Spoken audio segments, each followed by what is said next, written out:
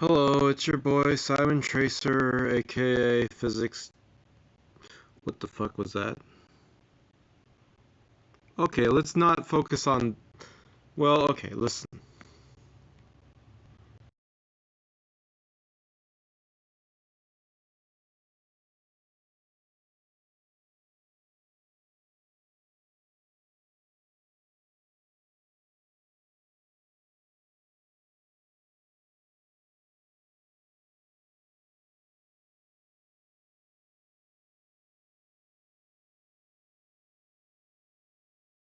E equals mc squared. Every great nerd knows that really E squared equals m squared c to the power of 4 plus p squared c squared. But what does that even mean? Okay, um. Unfortunately, I have to skip most of this video and respond only to a singular part of this that is extra stupid that I have to just point out. Of such an event is gamma ray burst 221009A, and it comes from the Large High Altitude Air Shower Observatory in 2022. No difference in arrival time of high versus low energy photons was detected within the rather high sensitivity of this experiment, and that allowed us to place pretty. So you have one data point from one location about, okay, you have multiple data points from one location. Okay. Let me explain to you what the speed of light is compared to the atmosphere of the planet. It's nothing. It cuts right through it within a fraction of a second. So, in order to have a difference with time dilation to be noticeable, most experiments record information for weeks on end or something. The travel of light in a closed system of a atomic clock, which uses light, bounces it off of specific atomic particle so that it has the ability to record the exact amount of bounces back and stuff. It's very specific, and if you go at a different velocity, that completely changes the distance over time that light has to travel within the clock. And everyone gets this wrong. Everyone gets this wrong. Everyone gets this wrong, and it's stupid. But the point is, the distance over time that is noticed, the actual discrepancy, is over a great area of time. And what we are talking about with this experiment he's referring to is a fraction of a second. It's not important to say, yeah, we didn't notice any difference. Do you realize how tiny of a fraction of a difference you would ever notice between one thing and another given the duration of a fraction of a second? Obviously, it would be a couple orders of magnitude less than a fraction of a second, so you won't notice it. You will not notice it, if it even is there. In other words, this experiment was useless. I would not allow it to happen. In order for it to be accurate enough, you have to be able to notice something happening over a distance for the light traveled, which would allow you to have a greater discrepancy between the two different types of particles, as he talks about one type of particle having less energy and another type of particle having more energy.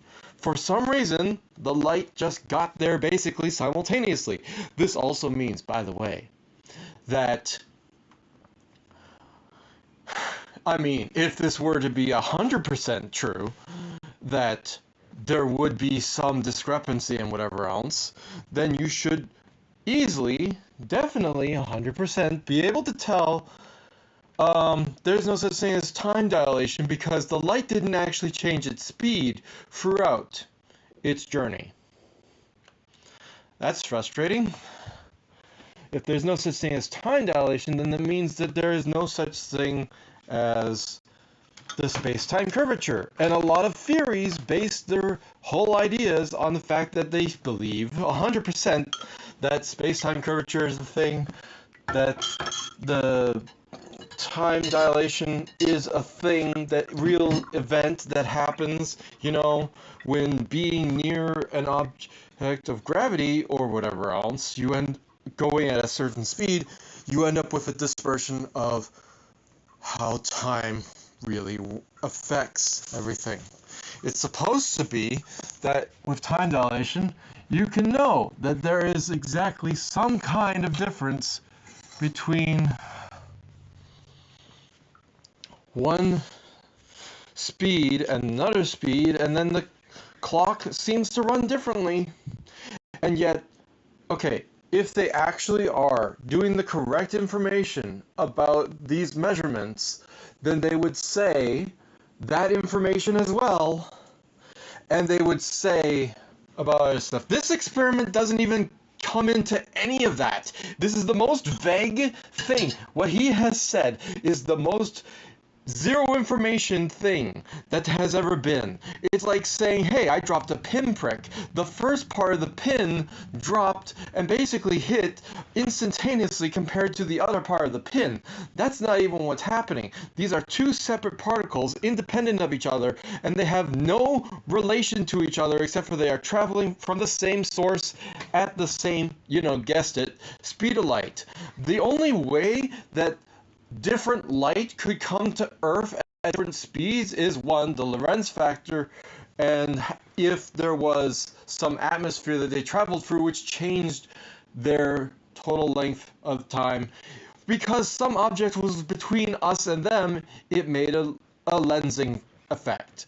That's the thing. There was some basic, like a galaxy or a planet, that got in the way of the light, and it was close enough that the light was bending around it, so it didn't go the straight path. It bent a little, and it has a tiny bit of discrepancy. Even then, those basic anomalies that we know of are really easy to know the measurements of and the differences of all of that. That is observable. That is relevant. This is not.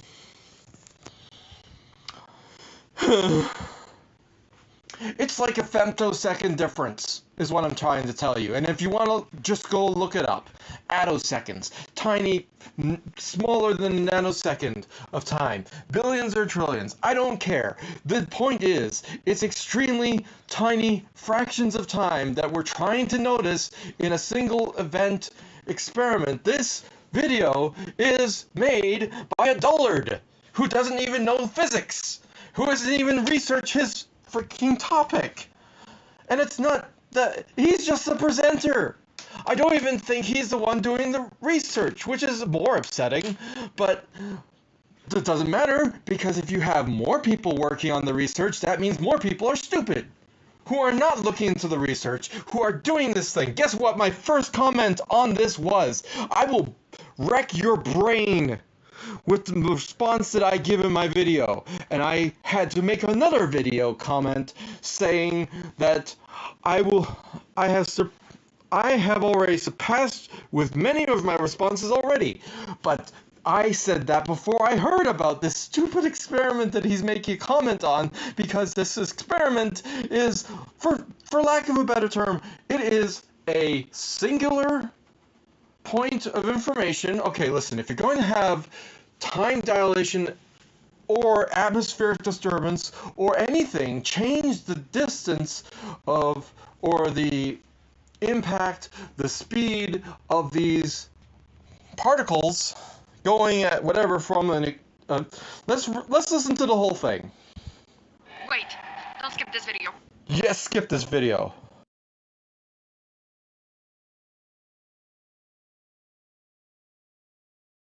Cause the energy momentum ratio to deviate from c. So if this ratio really defines the speed of light, then we have a way to change that speed at extreme energies. Right. High energy photons move faster or slower than low energy ones depends on the nature of the modified dispersion relation being considered, but either way, this can potentially be tested. 300 million meters per second. Now, scientists have been looking for tiny energy-dependent variations in the speed of light for a long time. We've even talked about this before. One way to do it is to look for different arrival times of photons from the same distant astrophysical event. For example, gamma ray bursts are a class of uber bright. You didn't realize that the fact that we're calling into question, hey, does time dilation ever occur? We're trying to prove it now. I thought it was a thing that we knew. Now we're trying to prove it. In this video, we are saying we don't even know. That produce high energy gamma ray photons as well as photons at all other energies. We know that all of these photons started their journey to us at the same time, time of the explosion.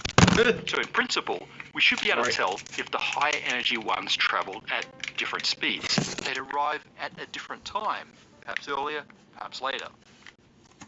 The most recent and highest energy ever detection. Listen, I don't know about high energy photons. All I know is high density. There's no such thing as high energy. Everything is a photon rotating at its own regular speed. If you're talking about high energy anything, you're talking about a particle being accelerated. You're not talking about photon, because photons, they go at the regular speed of photons. If you're talking about high energy, what you're really talking about is a lot of photons clumped together in a very small area, because guess what? They don't want to be separate right now. They are flowing at a singular area, and this one high photon energy state means that it's like a bullet of a very larger size. Think about the original size of a bullet, okay? Think of a regular photon as the original size of a bullet. Now think of a high energy photon as the size of a fucking nuke. It's big. Don't care about its explosive capacity, just think about the mass of one. Just a tiny little bullet is about the size of, you guessed it, a fraction of a centimeter or whatever. The point is, a bomb is meters across.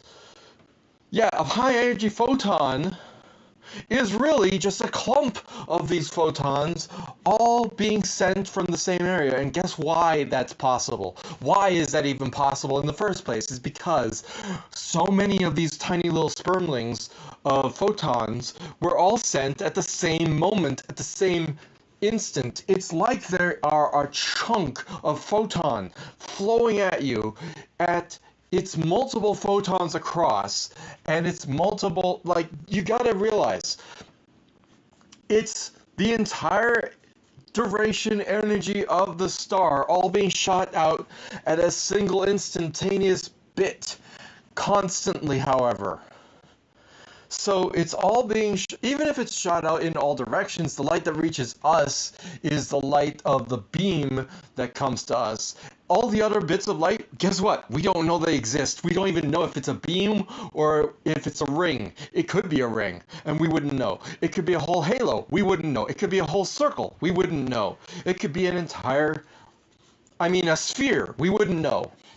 The point is, we only see the beam because that's the direction we are able to witness it from. If we were able to have an observation tower on Mars, for example, tangential to, in other words, beside our planet, or even the freaking moon, we would be able to see two different beams. One that primarily got towards Earth, and the other that is different, that went towards the moon. And guess what? They would have different results there. But guess what? We have one instance, one moment, one observatory worth of information. And guess how useless that is? It's completely useless.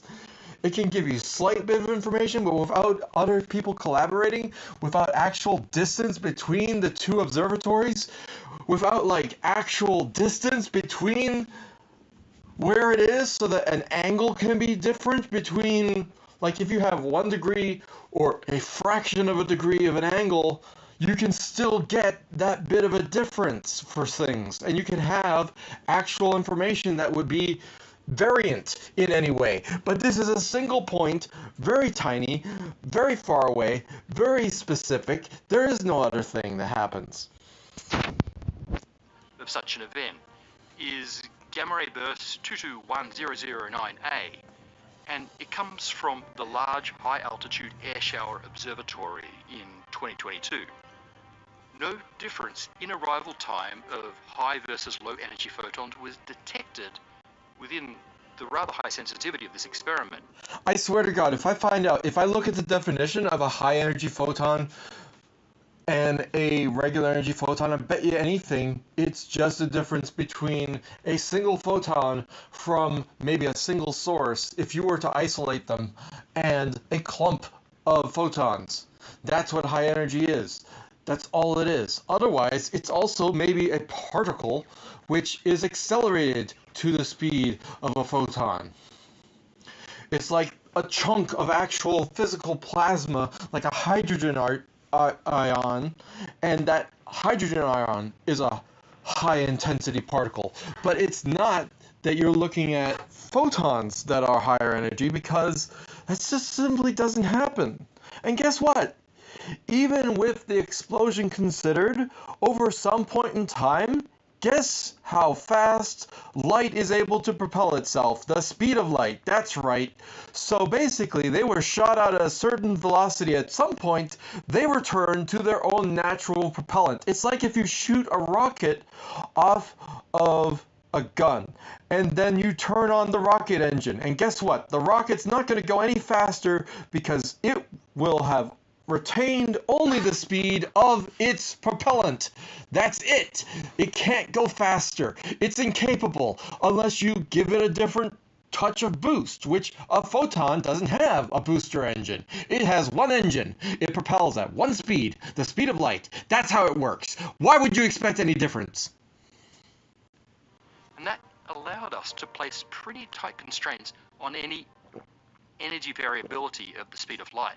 And that in turn does place limits on the strength of the extra terms in our modified dispersion relation. Listen, the fact that you've said the speed of light is basically invariant, wow, we've said that before. Einstein said it before, so shut up. But the point is, people are stupid enough to disconcert themselves from time dilation when they talk about this shit. They don't want to talk about time dilation. They don't want to talk about atomic clocks and how that all works out. And guess what? If there's no such thing as time dilation with the atomic clocks and all of that stuff, then the compensation of stuff only has to do with the distance of light traveled in the space allotted. If the distance is the only thing that matters, if time is never different for the area separate of the when you get away from the planetary gravitational or whatever gravitational effect you're nearby, you start going into interplanetary space, interstellar space, you end up finding out that, guess what? The only thing that changes the way that light works is the atmosphere that it's in. And if it's not in a different atmosphere, such as water or glass or, salts or whatever, then guess what's happening to it? It's going at a regular speed because it has nothing else affecting it. Unless you add in some little electromagnetism that could maybe, boost it a tiny fraction of it. But that's about it. And that's all that there is. So if you're just shooting a laser inside the atomic clock, all that you're going to end up with is the same time of a tick, as long as the distance is the same between one mirror and the other mirror. I know it's not mirrors. You shoot the laser at the atomic particle, it bounces back directly to the sensor, given a certain amount of time and distance. Now, guess what happens if you move that target a further distance away? You haven't moved the actual apparatus dimensions. The apparatus is only, let's say, an inch across. It's a tiny little box. That's all that atomic clocks need to be, a tiny little inch-sized box. But let's say that you force that that object to be moving at a speed that increases its distance over time. That means that if light is constant, never changing its speed, the only way that you end up with a different tick on your clock is because the light had to go further in order to bounce off the mirror and then come back. And this is only, again, noticeable if you have enough of these changes, if you have enough of these differences.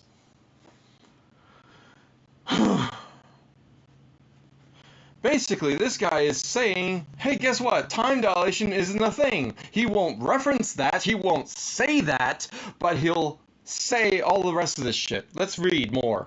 Researchers claim to have 95% confidence that if there were linear corrections to the speed of light, they'd have to be at energies quite a bit larger than the Planck energy. This effectively rules out the strongest corrections, those where the power, the n in our MDR, equals 1. Quadratic corrections, where n equals 2, have to be at least on the energy scale of 10 to the power of 11 giga-electron volts. That's around... Guess what? We're not even changing the power of, we're not even expecting the power of light in an atomic clock to be any invariant. There is the power of the light from the atomic clock's emitter, and guess what? It's constant, and they're not fluctuating, okay? They don't have power surges in that shit. So guess what's happening? We're saying that higher energy photons still run at the speed of light. Fascinating. So why would you ever say that in an atomic clock it's possible for time to be different?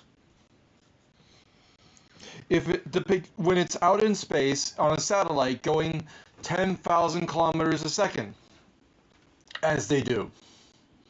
Well, the reason why you say that is because you don't understand how to actually measure the speed of all of the objects in question. The light, the atomic clock itself attached to the satellite, and, you know, space, if it were to move. So, let's say, well, it does move. Well, technically, no. It's about the fact that we are drifting through space. We're going around the galaxy. Our movement of that kind of becomes zero, so we cancel that out. We forget about that. We're going around the sun. We don't really cancel that out, but we totally forget about it because if our test isn't in the course of, say, multiple days or weeks where the movement of around the sun actually starts to take place, if it's a short duration test, we don't care about that, we cancel that out. So what I end up with is you go around on a satellite and you're noticing that it's changing the rate of a clock over the course of weeks is how we really notice it, which is ironic. That's when the sun starts affecting things. Like I said. But also, the fun thing is, listen, a satellite is constantly changing velocity. I don't care what you might believe and understand, but they are constantly decelerating because they're getting pulled towards the planet and they have to use a burn to get back up to speed so that they don't fall into the planet. That means that that constant change in velocity means that light is bouncing against the particle at a different rate constantly until you get one of those burns. Then it bounces really differently, and you'd have to know what that is. And guess what? The difference between, say, 10,000 kilometers per second and 10,100 kilometers per second, okay, is like a very tiny fraction of the speed of light, and the amount of times that that happens throughout the duration of these burns or whatever can add up, and then you end up finally noticing a nanosecond of time dilation. But they say, some people ignore all of that, say that time dilation exists, And other people, they say that they compensated for that, and time dilation does exist. And the fact is, I 100% tell you, I don't believe in time dilation whatsoever. I think it's a hoax designed by people who are looking into it, and they think that it's correct, but it's actually not. It can't be, because guess what? Light doesn't vary depending on all these other tests that they say that they're doing. Light doesn't change its velocity. So light not changing, not going slower, not going faster in the experiment, if you did all this stuff correctly so you'd have an accurate reading of what light should do, I mean, you would know all these different possibilities. The only thing that would change it, okay, is if some cosmic rays or something were to be bombarding the light to make it so that it gets pushed or pulled back a little bit. So maybe in outer space, the atomic clock is being variant because atomic rays are bombarding the light inside of your atomic clock, which also means the atomic clocks are just garbage. They're useless because they're so easily susceptible to change, and they can be affected by all sorts of things. You have to keep track of every bit of those informations and bits that are possibly to be changed. So don't just believe that time dilation is a thing, because it isn't. 5 orders of magnitude more energetic than the most energetic gamma ray ever detected. It's not so surprising that current experiments haven't detected any of the predictions of doubly special relativity or found evidence of the modified dispersion relation. As far as we know, E still equals mc squared. Yeah. But in this case, we have not yet proved Einstein right. The potential breakdown of Lorentz symmetry at the Planck scale is still an issue that we don't fully understand, and it may be that the alterations needed to the dispersion relation are just too small for current methods or current space explosions. But at least we know how to look for these effects, which has been a real challenge for anything in the realm of quantum gravity. And it sure would be cute if the first clue to the quantum nature of space came from the 400-year-old insight by Galileo. No matter how fast you go, physics looks the same, even the length scale of Planckian spacetime. Hey everyone! I get really annoyed when you talk about Galileo and Planck time, because Planck and Galileo were not existent in the same, like, mental spaces in that, like, we weren't talking about Planck back in Galilean times. So, shut up. God damn you. Like, you have to do some research and know when we started talking about these very tiny instances, the quanta and everything else came after Galileo, all of that stuff. Like, why would you say that he even had an inkling of this stuff? And also, when Galileo was talking about electromagnetism, yeah, of course, there's intuitions that Galileo wasn't able to figure out because he didn't have an awareness of electromagnetism super much, to the point of being able to actually put into the equations of how things should be working. So all of that stuff is a bunch of bunk from a guy who didn't have the right measurement systems to know the full details about all the things. And yet he still got a lot of things pretty close to correct. I mean, the amount of error between Galileo and reality is like very tiny. Amazing. Wow. That's cool. Someone who doesn't know shit knowing what the fuck they're doing and talking about. Very close to reality. I mean, you just get a better intuition and understanding and measurements of the world, and then you end up with more accuracy. Wow. That's how life works, I guess. Definitely. Always. I'm not being sarcastic. That's actually how it fucking works. You get a better measurement system, you're gonna be surpassed. You're old, and if he were alive to be able to see the measurement systems that we've designed, he would be like, yeah, of course my measurement wasn't able to be better. I had a fucking candle and a long bit of string and maybe some mirrors. I don't know. You guys have all this other shit. It's way more sophisticated, clearly. Um, it's just frustrating when I hear people talk about time dilation, but then they don't talk about how this seems to me that it actually 100% disproves time dilation as a possibility in the universe whatsoever. And if time dilation isn't real, that means that NASA's just lazy about how they work with satellites. And they need to get with it. He doesn't want to say that, but he should. I don't want to get into the rest of this video because how long have we been here already? We've been here for a half hour or whatever. I will either get into the rest of this video or I won't. You know what? Fuck it.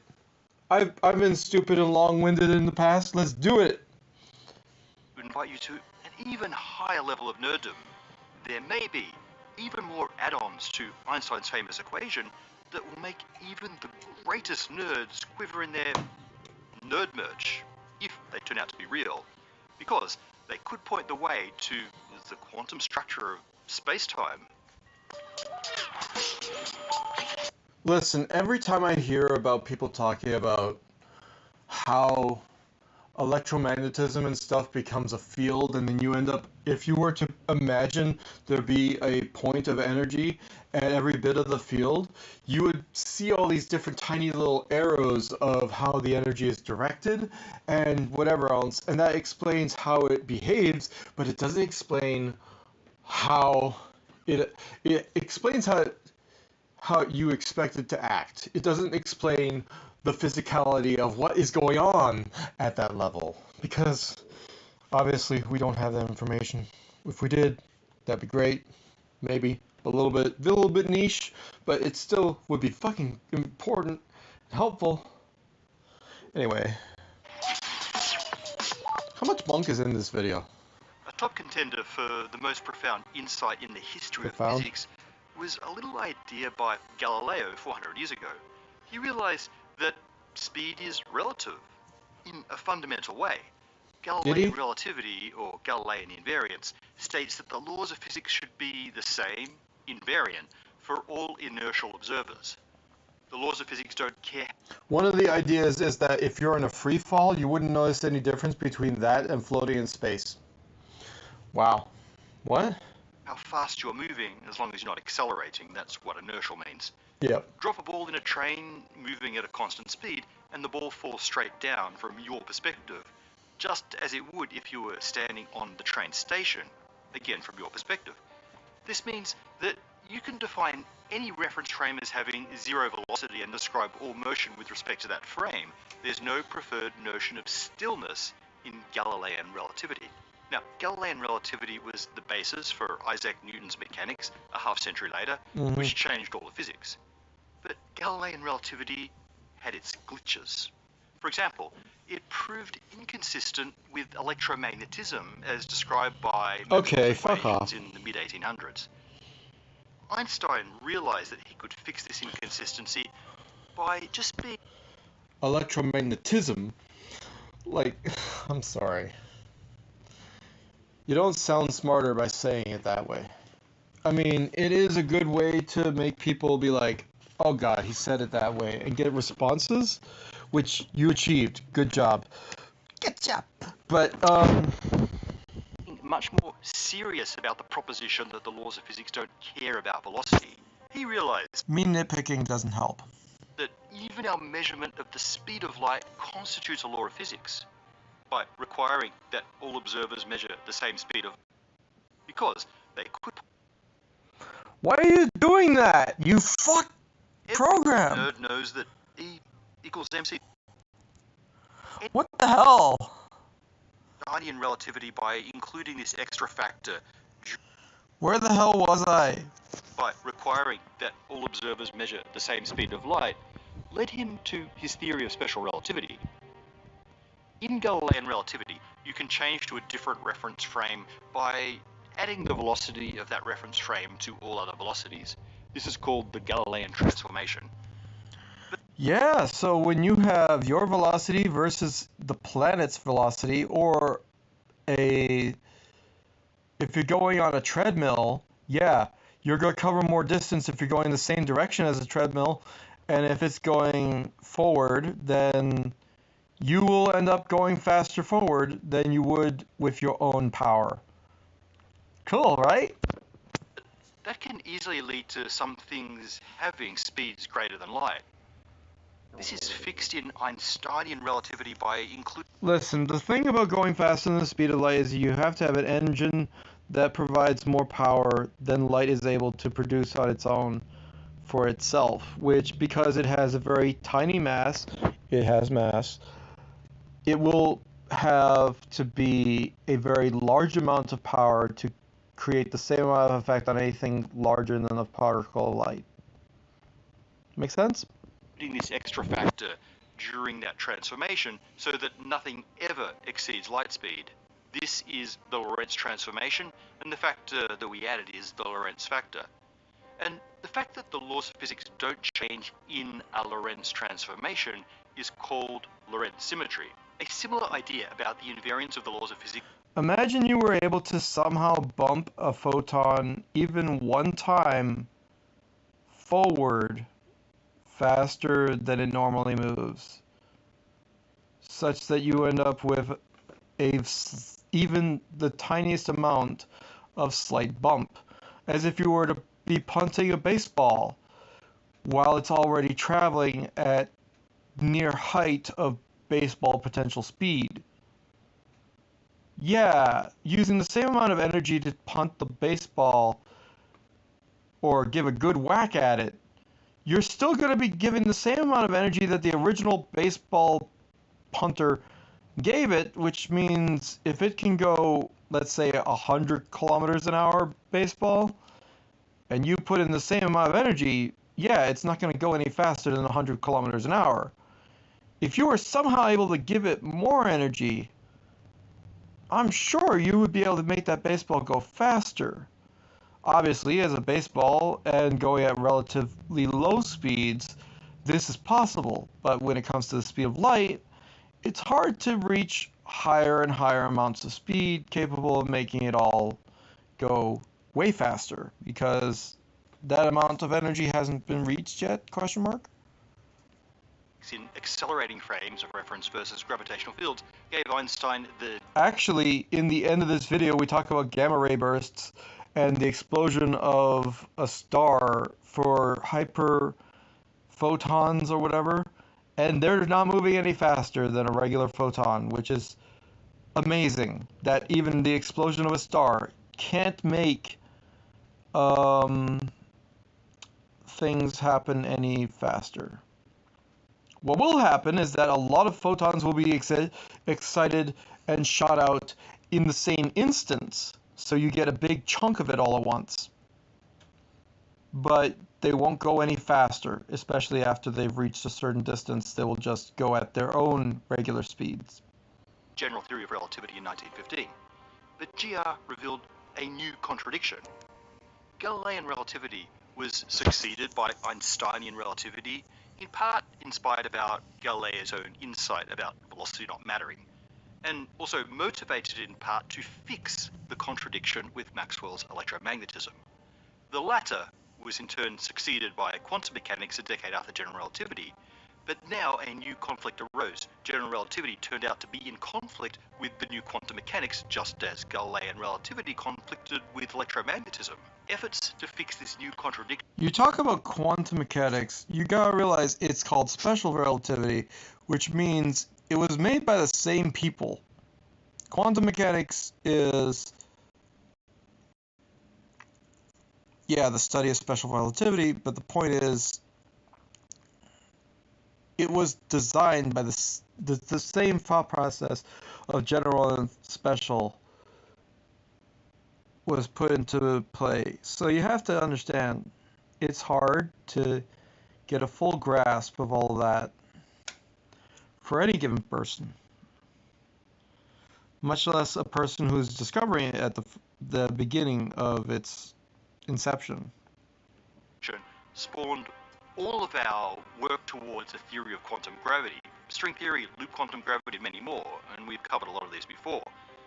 But maybe things don't have to be so complicated. At least, maybe we can get some insight into the answer by doing the same thing that Einstein and Galileo did, by taking relativity seriously. Why is science's greatest strength the fact that it's always slightly by doing the same thing that Einstein and Galileo did, by taking relativity seriously? In relativity, there are two fundamental constants, the speed of light, c, and the gravitational constant, g. With quantum mechanics, a new constant of nature emerged, the Planck constant, h or h bar. When we combine these constants, we get various so-called Planck units. These units tell us where quantum mechanics and general relativity merge. They are the scale at which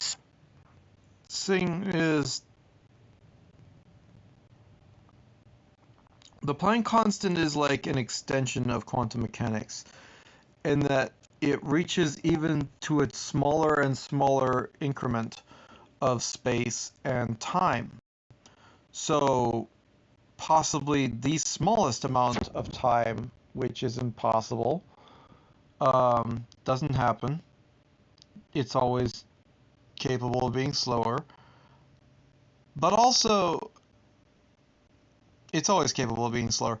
But also the Planck constant of distance only is in reference to space and objects that we are aware of. And in order for it to be smaller, we would have to have new information about particles and objects that can go in a smaller amount. However, also in reference to other things, when you start just trying to track something over a distance, it's still possible that a Planck length is not the smallest distance that something can move. It's just a measurement of space. It's kind of irrelevant, especially when you get as slow as you possibly can. You'll notice it is possible maybe for something to go even slower, or at an angle compared to another object, it can move at a range of a degree compared to the Planck constant's distance. Space-time is expected to become quantum. For example, quantum mechanics tells us that probing small distances requires large energies, while GR tells us that energy curves the fabric of space-time, and at a certain point the curvature is so great that black holes form. The distance where this occurs due to the energy of measuring space is called the Planck length, 1.6 by 10 to the power of minus 35 meters. And the energy needed to probe that size is the Planck energy, 2 billion joules. This is one way of describing the big conflict between general relativity and quantum mechanics. But this is not the first time two excellent theories have conflicted. I hope you still remember that Galilean relativity plus Newtonian mechanics conflicted with Maxwell's electromagnetism. And also that... Well, again, those two original theories didn't include electromagnetism as a possibility or even a thought. So when you talk about like how lightning works and how electrons and stuff are connected with magnetism and stuff, you end up having to think about how that works in relation to large things and all of that. It's something that if it's not in your brain while you're thinking about all the theories that you have, you're really not going to end up with... Is my comment gone? Why did I end up here? Okay, never mind. Einstein fixed this by doubling down on Galilean relativity, by taking seriously the idea that the laws of physics shouldn't depend on velocity. So what if we take it even more seriously?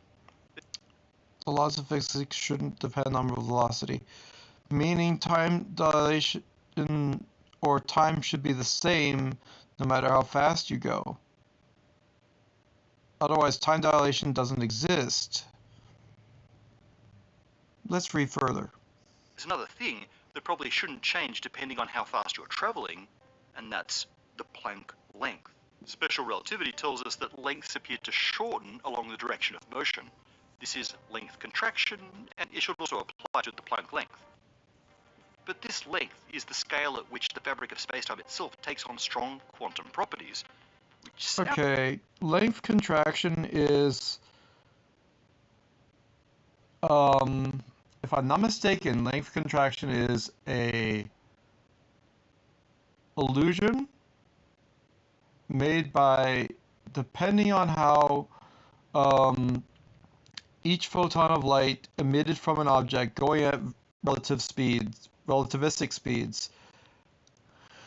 Those photons seem to all appear at the same time because they didn't have time to really travel from where they were to get to here because they're going at extreme speeds.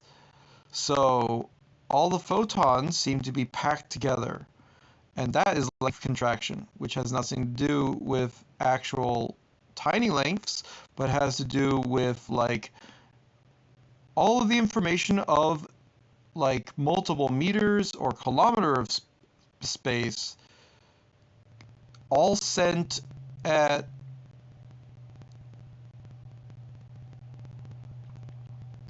generally a certain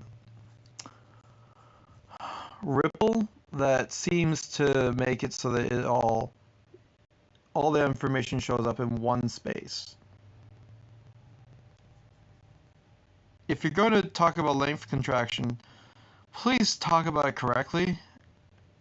This is an abstraction that has veered away from the truth of how length contraction is even talked about in a basic term.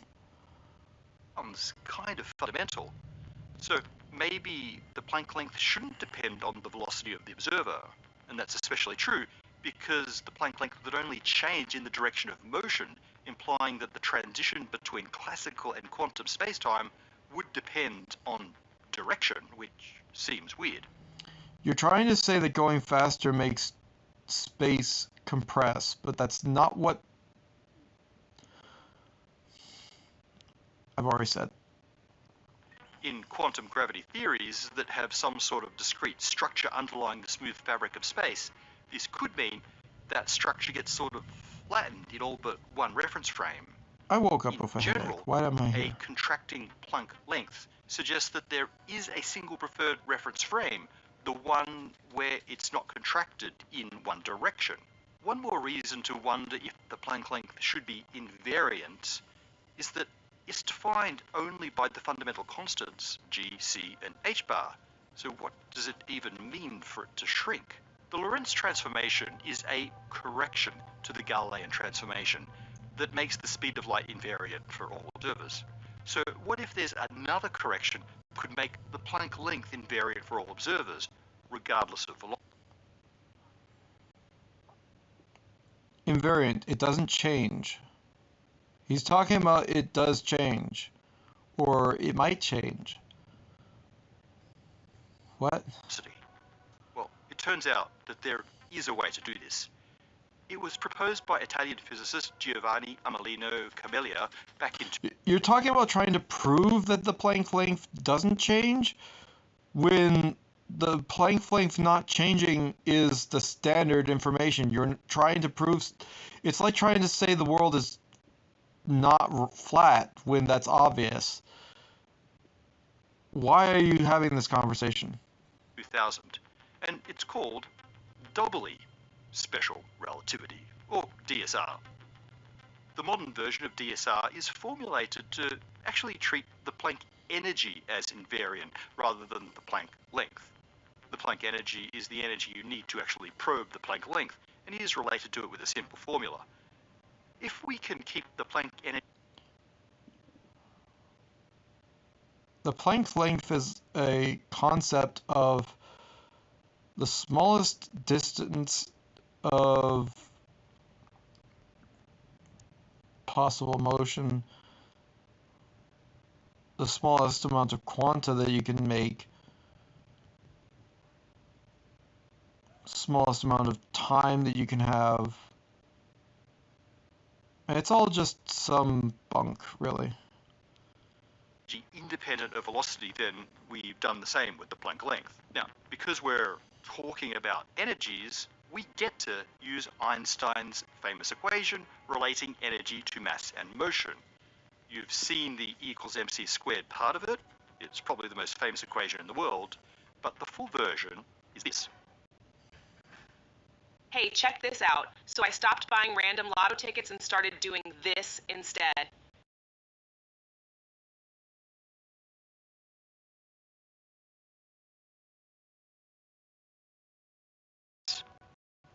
It says that a particle's energy is equal to the energy bound up in its mass plus the energy of its motion, expressed here in terms of the particle's momentum. It's also called the relativistic dispersion relation, which I'm telling you now because I have to keep calling it the dispersion relation for the next bit. Now, remember that the Lorentz factor was added to the Galilean transformation in a way that makes it significant only at velocities close to the speed of light. We can also add this factor to the dispersion relation that only becomes relevant at energies close to the Planck energy. It's fun to know that the light expression of red versus ultraviolet is actually the same expression of a singular photon, just adjusted based on an exit trajectory, meaning that if you were to simply put it back through the prism, you could turn ultraviolet back into white light, as well as any other frequency of light, and it would still move at the same speed. This is the modified dispersion relation, the MDR. That extra bit stands for one or more terms that include the ratio of the particle energy to the Planck energy. For energies much lower than the Planck energy, which means for most of the universe, this part becomes close to zero, and so we just have the original dispersion relation, just like how the Lorentz transformation becomes Galilean for velocities much smaller than that of light. The higher the power of this n, the closer you need to get to the Planck energy to observe the effect. And the coefficient here also governs the overall strength of the term. If those terms in the MDR become significant compared to the original terms of the dispersion relation, it would mean that energy and momentum conservation as we know them no longer hold. See, these conservation laws are a direct result of Lorentz symmetry via Noether's theorem, something we covered a while back. If Lorentz symmetry is broken, then energy and momentum conservation also break. It's like he's not trying to talk to a person who doesn't actually look this up on a regular basis, because this is a lot of random words that, yeah, he could be trying to talk to other scientists, and that's cool and everything, but is it actually helpful information for anyone else? Or is it actual, like, interpretable by anyone else? No? It's just neat to know that some people have this information. Trying to actually unpack it to something that is relatable is another story, which he's even failing at. Which would be fine. We'd end up with a more fundamental symmetry and more fundamental I understand quantities to go with it. But energy and momentum conservation have been pretty fundamental in the development of all of physics. For example, we use these laws to determine how particle interactions happen in quantum physics. They don't just determine how particles exchange energy and momentum, they determine what interactions are even possible. And that gives us a way to potentially test the ideas of doubly special relativity. Here's an example. A neat trick that the massless photon can do is turn itself into a pair of massive particles, one of matter, one of antimatter. For example, a photon could become an electron and positron. However, due to the normal rules of energy and momentum conservation, this pair production is not possible for a single photon without help.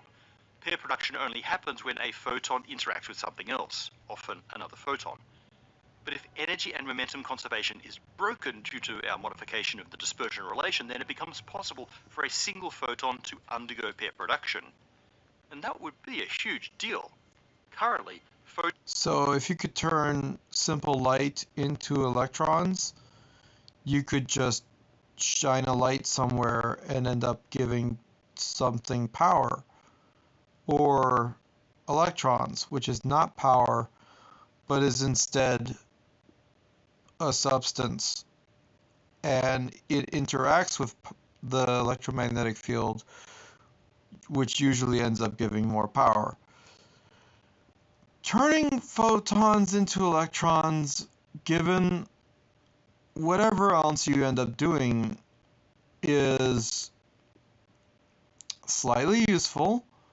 What would be more useful is you can turn photons into quarks, which then allows you to combine those quarks into helium atoms and then make infinite power for yourself by simply exciting some electromagnetism, and then you get matter out of it, which then can be used as rocket fuel. Sorry. and other massless bosons like gluons are thought to be completely stable in isolation. If they aren't really stable, then that's something we could potentially test. It would take a very energetic photon. Remember, the modified dispersion relation starts to act differently approaching the Planck energy. But this non-Lorentzian behavior can still happen further from the Planck energy, albeit with less likelihood. If some form of the modified dispersion relation is right, then there should be a faint possibility that a photon of extremely high but not impossibly high energy will decay via pair production given a long enough time. And if any one such photon is given enough time, then that... Listen, the only thing that we've noticed light be able to do is to redshift, which is just a transformation from its natural waviness to a different waviness simply based on the fact that it's gone through a prism or something on the way here. Or it naturally just started becoming a bigger wave frequency. Thing about that is, in order for it to transform into this pairing, it has to undergo some other kind of massive energy flux. Like you said, you just use another photon, then why don't we just use multiple photons setups that are able to constantly hit each other to create all the electrons we need, and then also be able to use that to power things somehow. The way this would become useful is the photoelectric effect is already known. What the fuck? A small probability becomes a large one. That means there should be a limit to how far a high energy photon should be able to travel through space before it decays. We have seen very high energy photons from... High energy photons. I still don't believe that's ever been a thing. I think it's more of high density of a photon packet, which is super many photons being sent out by a single source in a single instant. So compact that there is no real variant between the photons. They are possibly occupying the same space as they travel through space. Objects pretty far away, especially from supernova or very remnants close to a galaxy. Apparently, though, there was not a high enough chance of decay of these photons by pair production to eliminate them on their way to us. Now, another reaction forbidden by normal conservation laws is for an electron to spontaneously emit a photon without first interacting with something else. This vacuum Cherenkov radiation should not exist, but with a modified dispersion relation, Photoelectric effect. it just might happen. But we have not seen any evidence of Photoelectric vacuum effect. Cherenkov radiation in astrophysical sources. Between the absence of pair production decay and vacuum Cherenkov radiation, researchers It's called electric asteroids. You should look them up. Yeah, those things that are basically a hunk of magnetic metal floating through space, able to create large amounts of electricity that are just shooting off all the time, also known as comets. have been able to constrain the strength of any possible modified parts of the dispersion relation. So apparently we need a more sensitive test. Another hotly debated prediction from some DSR theories You need a more sensitive test or a test strip that is a larger length. is that the speed of light might actually be different depending on the wavelength of that light and hence its energy. But why should fixing the Planck length or Planck energy cause the speed of light to vary? Well, one way to express the speed of light Listen, photons of whatever variant of light, from the extreme to the visible spectrum and the other extreme, all move at c, meaning changing its frequency doesn't do anything to that light. Because, good question. or of anything really, is the ratio of kinetic energy to momentum. But in our modified dispersion relation, energy has these extra bits to it. At very high energies, those extra bits become important and cause the energy-momentum ratio to deviate from c. So if this ratio really defines the speed of light, then we have a way to change that speed at extreme energies. Whether high-energy photons move faster, You were looking at different frequencies of light there, or whatever the rainbow refers to, meaning you don't need to change the energies of the photons, you just simply need to have them go through some kind of prism, which could also be just some crystal water atmosphere or any kind of atmosphere around a black hole galaxy, whatever else. We've noticed these things, and it's really simple. or slower than low-energy ones depends on the nature of the modified dispersion relation We being don't call considered. it But either way, this can potentially this. be tested. Now, scientists have been looking for tiny energy-dependent variations in the speed of light for a long time. We've even talked about this before. One way to do it is to look for different arrival times of photons from the same distant astrophysical event. Study using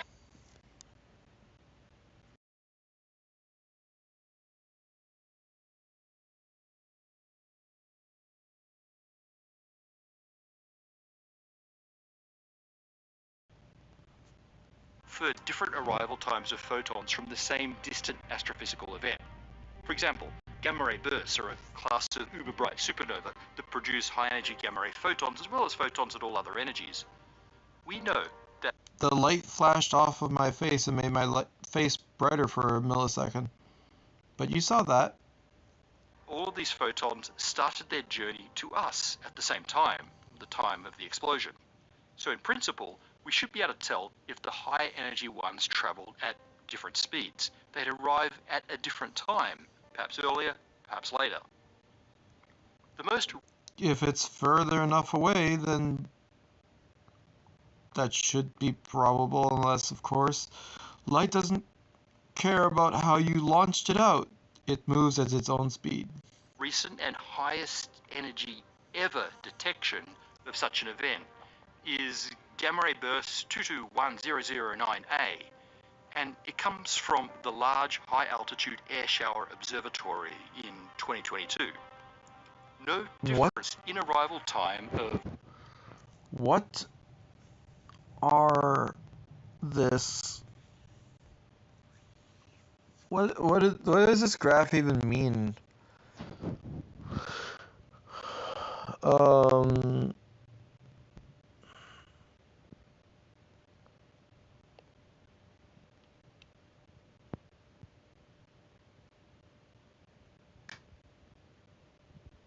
And notice how it starts as like there is actual differences between all those different bits of data with wobbly bits and other things happening, but does there seem to be any actual difference? Well, you wouldn't know without actually having numbers behind any of that shit, because taking away those numbers really makes it easy to make everything seem similar, except for visually it all looks different. So, I'm not scrolling, bitch. And it comes from the Large High Altitude Air Shower Observatory in 20. You know what? I've looked for this entire video, and I have to say, you misquoted a few people. You talk about time dilation not being a thing without saying those words because you don't want to be crucified. And I mean, if you're not trying to say that time dilation is a thing directly, if you're trying to say it indirectly because you know people want to believe in time dilation, but they don't want to like you want to talk about this, but not use those words for reasons of national security or whatever else. I guess I'm gonna get killed soon, but whatever. If I'm not killed, usually it's because, or if this video is not taken down, it's usually because, I mean, they took down an entire channel I had before, probably because I was on the right track of things, not for any other reason. Point is,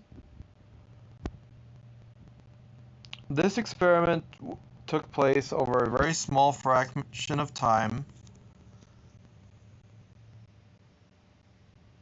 Extremely small. No clue how small. There's no there's no actual like information on this. It's segments. What does that mean? It's time in fraction of a second or whatever. 200, like whatever.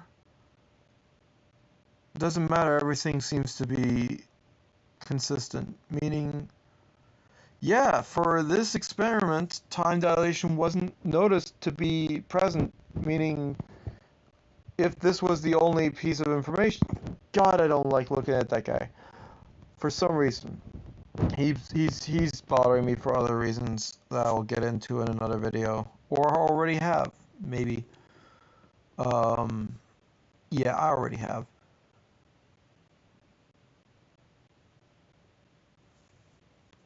I gotta go. There's no point. So, look, if time dilation doesn't exist based on this experiment, if this were to be definitive, then it means that a lot of the stuff that people say about how you get closer to a black hole, you'll experience time dilation effects, all that junk doesn't exist. It's all fake. It's all bad science done badly. Enjoy.